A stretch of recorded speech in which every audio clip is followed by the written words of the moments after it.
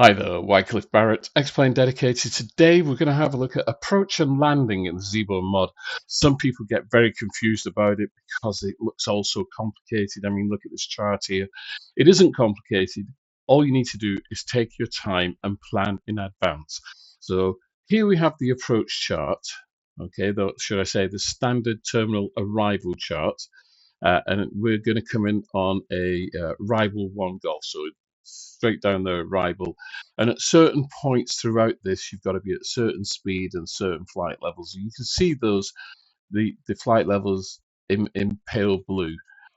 Below flight level 200, you should be 250 knots. So that's what you need to know. And you can see there's a range ring has been placed around Glasgow. They're called the GAU VOR. So I'm going to talk about that in a little while. So it's really straightforward. It's the standard terminal arrival route takes you to Lanark, and at Lanark you must be at 230 knots and 7,000 feet. Okay, so that's the first part of your planning. You need to just take your time, and it'll be fine. Ignore the picture-in-picture video of me up there eating my sweeties. So this is the approach chart, okay? So the green line takes us to Lanark, and then from Lanark, we need to go to runway 05. So it's a left turn off Lanark, or if you want to be really particular, you can go straight to the Glasgow VOR and then turn left on a heading of 205 degrees, okay? Personally, I wouldn't do that. Personally, I would vector from Lanark to the inbound leg, or maybe even base leg.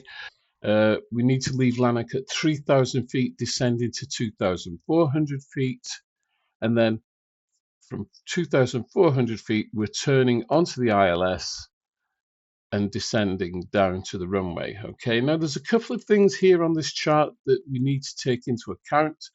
Once again, it looks very, very confusing, but all the information you need is here on this chart. So we need the ILS, which is 115.4, and also we need the VOR, which is, sorry, the ILS is 1101, and the VOR is 115.4. Okay, so those are the two bits of information we need there. And then the other bit of information is decision height. And for ILS2, it's 146 feet. So here we are, we've got the ILS frequency of 1101, and the VOR was 1154. Here you can see me on the chart here, on the map in the aircraft, coming up towards the north of England and Scotland, and just getting into the FMC here. We can tell that at Aslib, we need to be descending after Aslib down to flight level 200 to start off at Odigi. But what I will have done, and I think it's good practice for everybody, is that when you get to your top of descent, there you can see it on the navigational display, you should put in that initial altitude of 7,000 feet. So here we are on the approach reference page. I've got the data in there. So all the information I require, not only is it on the chart, but it's on the approach reference page. We need to put in the temperature for Glasgow, which I believe was 12 degrees. Yeah, pretty cold. Going back, just checking everything through. We're a good way out yet. But if you plan ahead, so this is the important thing about approach landings, ILS landings, or visual approach landings. Plan ahead, keep well ahead of the aircraft. As you can see here, I'm on my way to Odigi. I'm going to put in that altitude of 7,000 feet for Lanark. So I'm going to dial that in on the MCP, 7,000 feet. And when we get to our top of descent, the aircraft will start descending. It will meet all constraints on the way down to 7,000 feet. Okay, so we're well in advance. The frequencies are tuned into the radio, the ILS frequency and the VOR frequency. It's tuned in with nothing really to stress about. And what you can see there, if you look on the primary navigation display, you'll see that I put 2 range rings around a fix, and the fix that I put the range rings around, of course, is Glasgow. So you go to your fix page and you'll put in a range ring of, say, 10 miles and maybe even 15 miles. So you've got 2 range rings around Glasgow, and you enter that on your fix page, and you can see those range rings. And those are really helpful, especially if you decide that you want to do a little bit of self-vectoring. Now, a full ILS approach under autopilot would take you all the way to the ILS. But sometimes it's useful to actually do a little bit of vectoring yourself, and I chose to do that on this approach, and that was I vectored myself around the range ring until I could capture the VOR, capture the localizer, and then the ILS. Okay, so you'll see in a moment that I'll have come off autopilot. So I'm on full autopilot here, but then I come off autopilot and I'll be in heading select mode. Auto throttle will still be engaged, and my vertical speed will be managed by the aircraft. You see the range rings there? And you see that little green arc? Yeah, that is known as the Kermit line, because it looks like Kermit the Frog, apparently. So that green arc will tell you basically you'll be at the descent that you've put in, you'll be at the altitude you've put in by the time you reach that green line. Okay, so I've put in 7,000 feet. Yeah, here we are, just having a quick look at the chart. You can see my aircraft in the right little triangle there. There we are on the approach chart, coming towards we're coming towards Lanark at a maximum 250 knots at the moment. I'm approaching that range ring. You can see here on the navigation display, approaching that first range ring. I'll probably fly in between 10 and 15, just to give myself a little bit of latitude and a little bit of leeway for that approach into Glasgow. Now, some people like to do a 10-mile approach. The navigation, I think, is something like a 7.5-mile approach if we was to leave it on full autopilot. But I'm going to vector around there just to give myself a little bit of room, a little bit of latitude. I'm well ahead of the aircraft. I'm in full command of the aircraft. There are no surprises here for me at the moment because I've planned in advance. And that is the whole thing about approaches, whether it be ILS approach, whether it be RNAV approach. Plan well in advance. Have your charts up whilst you're in the cruise, looking at your charts, figuring out what your decision height is going to be. And generally, if you're doing an ILS approach, it'll be standard. You'll use the standard measurement. You can see it there, RA. Yeah, nice. So RA stands for radio altimeter, and that will give you your decision height. So here we are now. I've come off LNAV, and I'm managing my own navigation through heading select mode. You can see the heading select mode light is lit underneath the heading knob, and I'm just turning the aircraft myself. At the moment, I'm on the furthest range ring, so 15-mile range ring that I've put in, and I'm going to be following that around until I feel comfortable, and I will then intercept the localizer. And you can see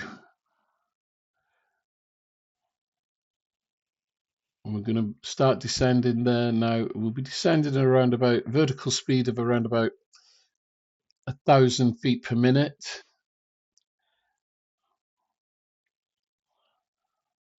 So VNAV is being managed by the aircraft, and I'm just managing a lateral navigation using heading select mode. Oops, time for another sweetie, Haribo's. Cola, fizzy cola bottles. I love Haribo fizzy cola bottles. Anyway, so we're going around. We're going around. You can just keep altering your heading as you go around your fix. Just gently turning the aircraft around and Beautiful weather as we come into Glasgow. Just a few clouds, and we're really just, we're on speed. We're in the speed gate. We're in the descent gate. Um, Everything nice and calm. I'm not stressed in any way whatsoever on this. Um, it's just managing it perfectly. The one good thing about the 737-800 is that it is a very, very stable aircraft, very stable indeed. Some people say that it's very slippy and that to slow down, you've got to slow down to get down, and that is true. That is very true indeed. So you do, if the aircraft is on autopilot, it will manage to speed itself. Sometimes you may have to introduce a little bit of drag by extending your spoilers or even flaps.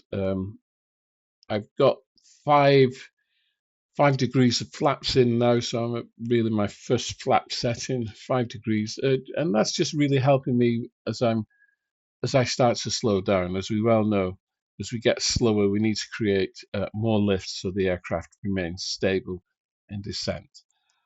So we are still going. It seems as though it's going to take a long time. It isn't.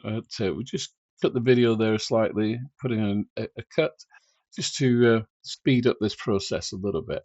But as you can see, using heading select mode and just turning the aircraft, I will be shortly turning onto the localizer.